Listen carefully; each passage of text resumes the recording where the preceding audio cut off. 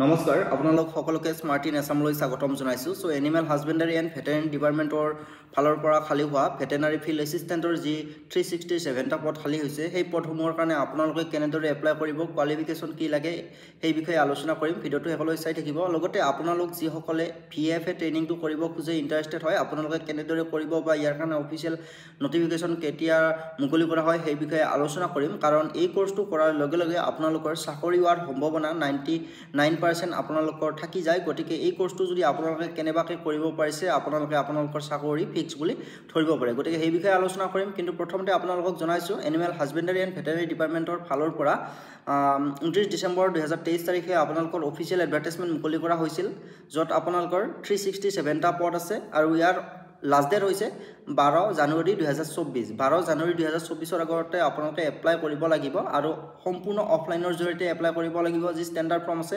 Standard form fill up কৰি আপোনালোকে apply কৰিব লাগিব।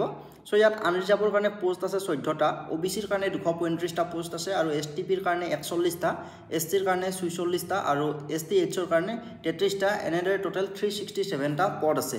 আৰু ইয়াৰ কাৰণে কোৱালিফিকেশ্যন আপোনালোকৰ সায়েন্স ষ্ট্ৰীমৰ মানে আপোনালোকৰ HS পাছ লগত বায়োলজি এটা সাবজেক্ট থাকিব লাগে। গতিকে সায়েন্স ষ্ট্ৰীমে আপোনালোকৰ বায়োলজি সাবজেক্ট থাকিব লাগিব আৰু আপোনালোকে VFA ট্ৰেইনিং কৰা হ'ব লাগিব।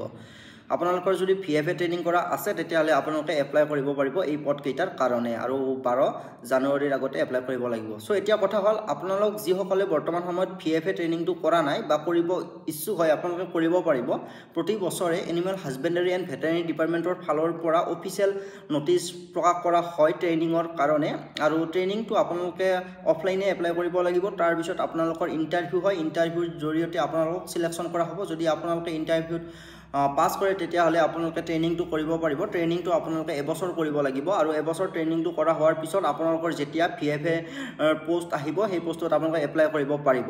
কিন্তু আপোনালোকৰ পোষ্টসমূহ, ট্ৰেইনিঙৰ পোষ্টসমূহ এনেদৰে উলিয়ায় যাতে পৰৱৰ্তী সময়ত যিমান আপোনালোকৰ পোষ্ট ওলাব, চাকৰিৰ কাৰণে যিমান পোষ্ট ওলোৱাৰ সম্ভাৱনা থাকে, সেই হিচাপতে আপোনালোক ট্ৰেইনিঙত লয়। গতিকে আপোনালোকে যদি কিবাকৈ ট্ৰেইনিংটো কৰিব পাৰিছে, তেতিয়াহ'লে আপোনালোকৰ চাকৰি হোৱাৰ সম্ভাৱনা বহুখিনি বেছি থাকে। গতিকে আপোনালোক যিসকল ইণ্টাৰেষ্টেড হয় এই ট্ৰেইনিংটো কৰিবৰ কাৰণে, তেতিয়াহ'লে আপোনালোকে এনিমেল হাজবেণ্ডাৰী এণ্ড ভেটেৰিনেৰী ডিপাৰ্টমেণ্টৰ অফিচিয়েল ৱেবছাইটটো চাই থাকিব।